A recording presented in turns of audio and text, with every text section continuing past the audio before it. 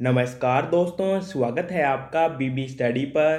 दोस्तों, हमारा समास का टॉपिक चल रहा था। आज हमारी समास की 5वीं क्लास है। क्लास को शुरू करने से पहले यदि आप इस चैनल पर नए हो तो चैनल को सब्सक्राइब कर लेना, क्योंकि दोस्तों इस चैनल पर आपको पीटीईटी और बीएसटीसी एग्ज़ाम 2022 की तैयारी करवाई जाती है। इसके अलावा जब भी कोई नया अपडेट आता है तो आपको सूचित किया जाता है। तो दोस्तों, क्लास को शुरू करते हैं। हमने 30 क्वेश्चन कर लिए थे। आपका 31वां क्वेश्चन है, शरणागत शब्द में कौन सा समास है? तत्पुरुष, द्वंद्व, द्विगु, कर्मधारय। दोस्तों, शरणागत का समास विग्रह होगा शरण को आगत, यानी शरण को आने वाला। यहाँ पर बीच में को कारक की एक विभक्ति है, को कर्म कारक की विभक्ति है। और दोस्तों, जब भी कोई कारक की विभक्ति आती है तो वहाँ पर तत्पुरुष समास होता है। अब तो आपकी अच्छी प्रैक्टिस भी हो गई है, तो आपको पता चलने लग गया होगा। शरणागत के अंदर तत्पुरुष समास होगा, क्योंकि शरणागत का समास विग्रह है शरण को आगत और बीच में कारक की विभक्ति को आ रही है। तो यहाँ पर कर्म तत्पुरुष समास होगा, क्योंकि को कर्म तत्पुरुष समास की विभक्ति है। आपको क्लियर हुआ होगा। चलते हैं आगे। 32वां क्वेश्चन, निम्न में कर्मधारय समास किसमें है?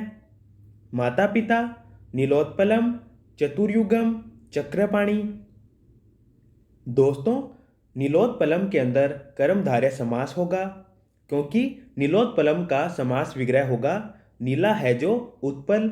यहाँ पर उत्पल कमल को कहा जाता है, कमल के फूल को उत्पल कहा जाता है। तो यहाँ पर कमल की विशेषता बताई गई है कि उसका रंग नीला है, और जब भी विशेषता बताई जाती है तो वहाँ पर कर्मधारय समास होता है। यानी कर्मधारय समास के अंदर एक पद के द्वारा दूसरे पद की विशेषता बताई जाती है। और दोस्तों, आपको ध्यान रखना है, यदि किसी पद की विशेषता बताई गई है तो वहाँ पर कर्मधारय समास होगा। तो नीलोत्पलम के अंदर कर्मधारय समास होगा। इसके अलावा दोस्तों, माता पिता के अंदर द्वंद्व समास होगा। माता पिता का समास विग्रह होगा माता और पिता।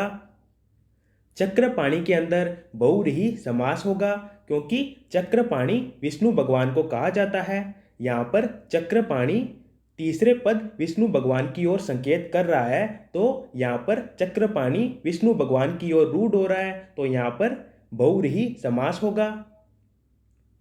और चतुर्युगम की बात करें तो यहाँ पर द्विगु समास होगा, क्योंकि द्विगु समास कहाँ पर होता है? जहाँ पर कोई संख्या आती है और समूह का बोध होता है, वहाँ पर द्विगु समास होता है। तो चतुर्युगम का मतलब है, चतुर्युगम का समास विग्रह होगा चार युगों का समूह है। तो यहाँ पर गणित की संख्या 4 आ रही है और 4 युगों का समूह का बोध हो रहा है, तो इसमें द्विगु समास होगा। तो आपको समझ में आया होगा। 33वां क्वेश्चन, जितेंद्रिय शब्द में कौन सा समास है? द्विगु, कर्मधारय, बहुव्रीहि, द्वंद्व। दोस्तों, जितेंद्रिय शब्द महात्मा बुद्ध के लिए रूढ़ हो रहा है, तो यहाँ पर बहुव्रीहि समास होगा, क्योंकि जब भी कोई शब्द किसी अन्य शब्द के लिए रूढ़ होता है, किसी अन्य पद के लिए रूढ़ होता है, तो वहाँ पर बहुव्रीहि समास होता है। जितेंद्रिय के अंदर दो पद है, एक जीतना और एक इंद्रियां, और ये दोनों पद मिलकर किसी तीसरे पद महात्मा बुद्ध की ओर संकेत कर रहे हैं, महात्मा बुद्ध की ओर रूढ़ हो रहे हैं, तो यहाँ पर बहुव्रीहि समास होगा। इसके अलावा दोस्तों, जितेंद्रिय का समास विग्रह होता है इंद्रियों को जीतने वाला। और दोस्तों, जब जितेंद्रिय का समास विग्रह होगा इंद्रियों को जीतने वाला, तो यहाँ पर तत्पुरुष समास होगा, क्योंकि यहाँ पर बीच में को आ रहा है जो कि कारक की विभक्ति है। यदि जितेंद्रिय का समास विग्रह होगा इंद्रियों को जीत लिया है जिसने, तो इसके अंदर बहुव्रीहि समास होगा। और यदि जितेंद्रिय का समास विग्रह होगा इंद्रियों को जीतने वाला, तो इसके अंदर तत्पुरुष समास होगा। दोस्तों, यदि आपके एग्जाम के अंदर आपको समास विग्रह दिया हुआ होगा तो आप आराम से पहचान सकते हो कि इसके अंदर कौन सा समास है। और दोस्तों, यदि समास विग्रह नहीं दिया हुआ होगा, सिर्फ आपको शब्द दिया हुआ होगा जैसे जितेंद्रिय, तो आपको दोनों समास साथ में नहीं मिलेंगे, कोई सा एक समास आपको दिया जाएगा। यानी एग्जाम के अंदर आपको समास विग्रह के अनुसार पहचानना होगा कि इसके अंदर कौन सा समास है। यदि आपको दिया हुआ होता इंद्रियों को जीतने वाला, इसके अंदर कौन सा समास है, तो आपको तत्पुरुष समास करना होता। यदि बहुव्रीहि समास भी ऑप्शन में होता तो भी आपको तत्पुरुष समास करना होता। और यदि आपको ये समास विग्रह दिया हुआ होता कि इंद्रियों को जीत लिया है जिसने, इसके अंदर कौन सा समास है, तो तत्पुरुष और बहुव्रीहि दोनों समास यदि ऑप्शन में होते तो भी आपको बहुव्रीहि समास करना होता। तो इस प्रकार एग्जाम के अंदर समास विग्रह के अनुसार आपको पहचानना होगा। खाली समास यदि दिया हुआ होगा तो आपको दोनों समास साथ में नहीं दिए हुए होंगे, कोई भी एक समास आपको दिया हुआ होगा।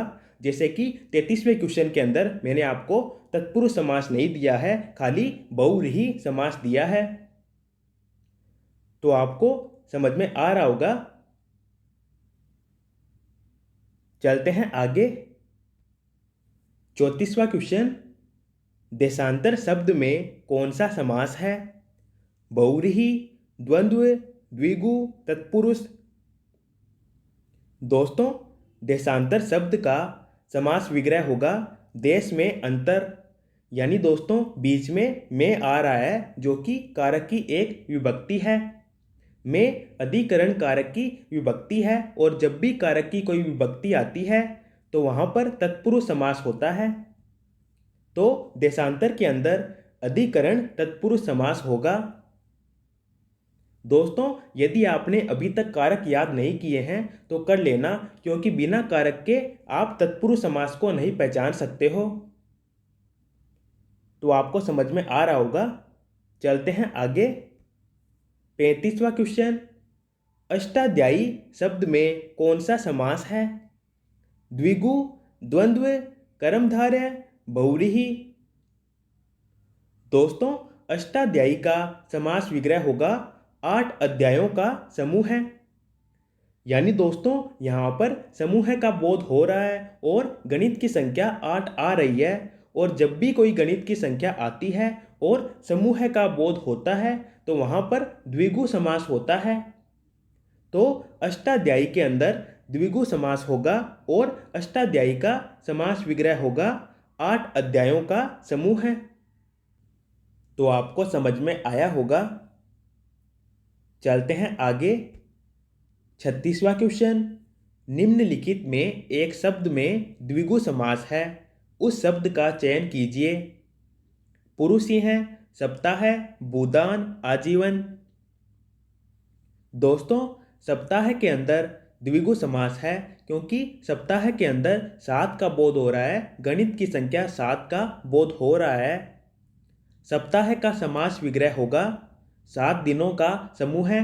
7 दिनों के समूह को सप्ताह कहा जाता है। यानी दोस्तों, यहाँ पर गणित की संख्या 7 का बोध हो रहा है और समूह का बोध भी हो रहा है, तो यहाँ पर द्विगु समास होगा। आपको क्लियर हुआ होगा। जब भी कोई गणित की संख्या का बोध होता है और समूह का बोध होता है, वहां पर द्विगु समास होता है। 37वां क्वेश्चन, अनायास का समास कौन सा है? दोस्तों, इसके अंदर हमें अनायास का समास बताना है। अनायास के अंदर अव्ययीभाव समास होगा क्योंकि दोस्तों, अनायास के अंदर अन उपसर्ग आ रहा है और जब भी कोई उपसर्ग आता है तो वहां पर अव्ययीभाव समास होता है। मैंने आपको बताया था। इसके अलावा दोस्तों, मैंने आपको कुछ शब्द भी बताए थे जिनसे आप अव्ययीभाव समास को पहचान सकते हो, जैसे अ, अन, भर, प्रति, यथा। इस प्रकार के शब्द आते हैं तो वहां पर भी अव्ययीभाव समास होता है। तो अनायास के अंदर भी अन शब्द आ रहा है तो यहाँ पर अव्ययीभाव समास होगा। आप इस प्रकार से भी पहचान सकते हैं। या फिर कोई उपसर्ग आता है तो वहाँ पर अव्ययीभाव समास होता है। आपने यदि पहली 2 क्लासें नहीं देखी है तो वो देख लेना, क्योंकि उसके अंदर मैंने थ्योरी पढ़ाई है। 38वां क्वेश्चन, चंद्रशेखर के अंदर कौन सा समास है? दोस्तों, चंद्रशेखर के अंदर बहुव्रीहि समास होगा, क्योंकि चंद्रशेखर का समास विग्रह है चंद्र शीश पर है जिसके, यानी शिवजी भगवान। यहाँ पर शिवजी भगवान की ओर संकेत किया जा रहा है। चांद किसके सिर पर होता है? चांद शिवजी भगवान के सिर पर होता है। तो चंद्रशेखर शिवजी के लिए रूढ़ हो रहा है, तो यहाँ पर बहुव्रीहि समास होगा। चंद्र और शेखर मिलकर किसी तीसरे पद की ओर शिवजी भगवान की ओर संकेत कर रहे हैं, तो यहाँ पर बहुव्रीहि समास होगा। आपको समझ में आ रहा होगा। 39वां क्वेश्चन, निशाचर के अंदर कौन सा समास है? दोस्तों, निशाचर का समास विग्रह होगा रात को जागने वाला, यानी रात को कौन जागता है? राक्षस। तो दोस्तों, रात को जागने वाला ये इसका समास विग्रह होगा, और इसके अंदर बीच में कारक की विभक्ति आ रही है। को कर्म कारक की विभक्ति है, तो यहाँ पर तत्पुरुष समास होगा। दोस्तों, को कर्म कारक की विभक्ति है, तो कर्म तत्पुरुष समास इसका आंसर हो जाएगा। इसके अलावा दोस्तों, निशाचर राक्षस को भी कहते हैं, यानी निशाचर राक्षस के लिए रूढ़ हो रहा है, तो यहाँ पर बहुव्रीहि समास भी होगा। लेकिन हमें ऑप्शन के अंदर नहीं दिया हुआ है, तो हम तत्पुरुष समास को आंसर कर देंगे। यदि हमें निशाचर का समास विग्रह ये दिया हुआ होता कि निशा को जागता है जो, यानी रात को जागता है जो, तो उसके अंदर हम बहुव्रीहि समास कर देते, क्योंकि ये राक्षस के लिए रूढ़ हो जाता। रात को कौन जागता है? राक्षस रात को जागते हैं। तो यहाँ पर निशा और चर दोनों मिलकर राक्षस के लिए रूढ़ हो जाते, किसी तीसरे पद की ओर संकेत करते, तो यहाँ पर बहुव्रीहि समास हो जाता। लेकिन हमें सिर्फ निशाचर दिया हुआ है, तो इसके अंदर बहुव्रीहि ऑप्शन के अंदर भी नहीं दिया हुआ है, तो हम तत्पुरुष समास करेंगे। और तत्पुरुष समास के लिए निशाचर का समास विग्रह होगा रात को जागने वाला, तो इसके अंदर बीच में को कारक की विभक्ति आ रही है, तो आपको समझ में आया होगा। 40वां क्वेश्चन, गौशाला के अंदर कौन सा समास है? दोस्तों, गौशाला का समास विग्रह होगा गो के लिए शाला, यानी गायों के लिए शाला। इसके अंदर दोस्तों बीच में के लिए आ रहा है। के लिए संप्रदान कारक की विभक्ति होती है, और जब भी कोई कारक की विभक्ति आती है तो वहाँ पर तत्पुरुष समास होता है। तो गौशाला के अंदर तत्पुरुष समास होगा, यहाँ पर संप्रदान तत्पुरुष समास होगा, क्योंकि बीच में कारक की विभक्ति के लिए आ रही है। तो गौशाला के अंदर संप्रदान तत्पुरुष समास होगा। आपको समझ में आ रहा होगा। 41वां क्वेश्चन, चाय वाय के अंदर कौन सा समास है? दोस्तों, चाय वाय के अंदर द्वंद्व समास होगा। मैंने आपको द्वंद्व समास के 3 प्रकार बताए थे, इतरेतर, समाहार और वैकल्पिक द्वंद्व समास। लेकिन ये एक अलग प्रकार का क्वेश्चन है जिसके अंदर द्वंद्व समास होगा। दोस्तों, आपको ध्यान रखना होगा, यहाँ पर 2 शब्द है, एक चाय और एक वाय। लेकिन वाय का यहाँ पर कोई मतलब नहीं है, कोई अर्थ नहीं निकलता है, सिर्फ चाय का ही अर्थ निकलता है। तो दोस्तों, जब भी कोई 2 शब्द आते हैं और एक शब्द का कोई अर्थ नहीं निकलता है, तो वहाँ पर द्वंद्व समास होता है। ये आपको ध्यान रखना होगा। दोस्तों, चाय वाय का समास विग्रह होगा चाय आदि, और आपको पता है कि आदि लास्ट में द्वंद्व समास के अंदर आता है, तो चाय वाय के अंदर द्वंद्व समास होगा। इस प्रकार के अन्य एग्जाम्पल है अड़ोसी पड़ोसी। यानी दोस्तों अड़ोसी पड़ोसी के अंदर पड़ोसी का तो कोई मतलब होता है लेकिन अड़ोसी का कोई मतलब नहीं होता है। तो अड़ोसी पड़ोसी के अंदर भी द्वंद्व समास होगा और समास विग्रह होगा पड़ोसी आदि। इसके अलावा आसपास, जलपान, देखा देखी, धूप बत्ती, अदला बदला, अगल बगल, इस प्रकार के अन्य एग्जाम्पल है। इनके अंदर भी द्वंद्व समास होगा। आपको ध्यान रखना है यदि दो शब्द हो और एक शब्द का कोई मतलब नहीं हो, सिर्फ एक ही शब्द का कोई मतलब हो, तो वहां पर द्वंद्व समास होगा। तो चाय वाय के अंदर द्वंद्व समास होगा और इसका समास विग्रह होगा चाय आदि। आपको समझ में आया होगा। चलते हैं आगे। 42वां क्वेश्चन, कन्यादान के अंदर कौन सा समास है? कन्यादान का समास विग्रह होगा कन्या का दान। यानी का बीच में कारक की विभक्ति आ रही है तो यहाँ पर तत्पुरुष समास होगा, क्योंकि दोस्तों का संबंध कारक की विभक्ति है तो यहाँ पर संबंध तत्पुरुष समास होगा। आपको समझ में आया होगा। 43वां क्वेश्चन, देश प्रेम में कौन सा समास है? दोस्तों देश प्रेम का समास विग्रह होगा देश के लिए प्रेम। यहाँ पर भी दोस्तों बीच में के लिए कारक की एक विभक्ति है तो यहाँ पर भी तत्पुरुष समास होगा। के लिए संप्रदान कारक की विभक्ति होती है तो यहाँ पर संप्रदान तत्पुरुष समास होगा, क्योंकि के लिए संप्रदान कारक की एक विभक्ति होती है। तो आपको कारक को बहुत अच्छे से तैयार करना होगा, तब आप तत्पुरुष समास को आराम से पहचान पाएंगे।